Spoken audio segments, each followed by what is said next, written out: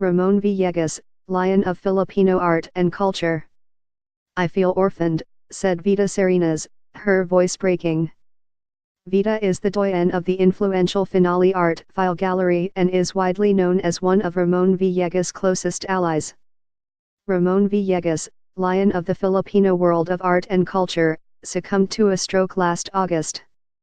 11 He passed, as the expression goes, with his boots on, one mid-morning, tending to his jewelry store, Yamangkatu Tubo, at the Lao Arcade, Makati.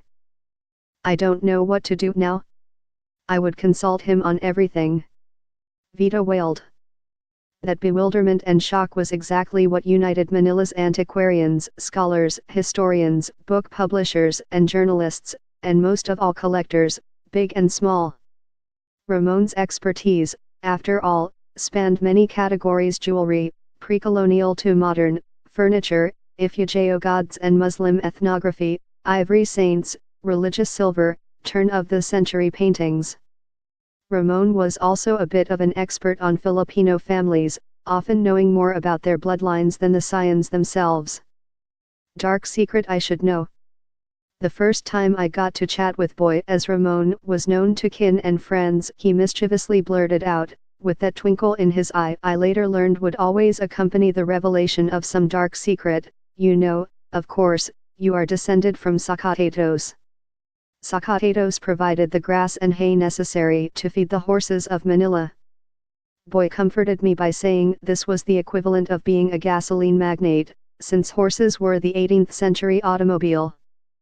Oh, I wouldn't argue about that as far as the Nakpils are concerned, I replied. We're not blue bloods like my mother's family, the Guerreros, but blue-collar workers from Quiapo, plateros, silversmiths, who became catapuneros and so on. The reply seemed to satisfy Ramon, who grinned one of his Cheshire cat smiles back at me. I would discover afterwards that he, as one astute observer put it, had no love lost for society types. This was particularly astonishing because of his expertise in all their accoutrements, the gem-encrusted peinetas and tambourine, their legendary family homes and portraits, the lavish lifestyles of Manila's de Buena Familia. Ramon didn't mind at all if you had a pedigree or not, provided, of course, he could mine you for any kind of information, and, even better, if you were brimming with gossip, from any century. Kit Roxas, one of his closest friends, confided to me the other day that Ramon in fact had a communist relative, someone who was actually in jail, serving time. But I think he's been let out now, she whispered. Apparently, Boy had actually lived for a year or two in the underground after he graduated from college.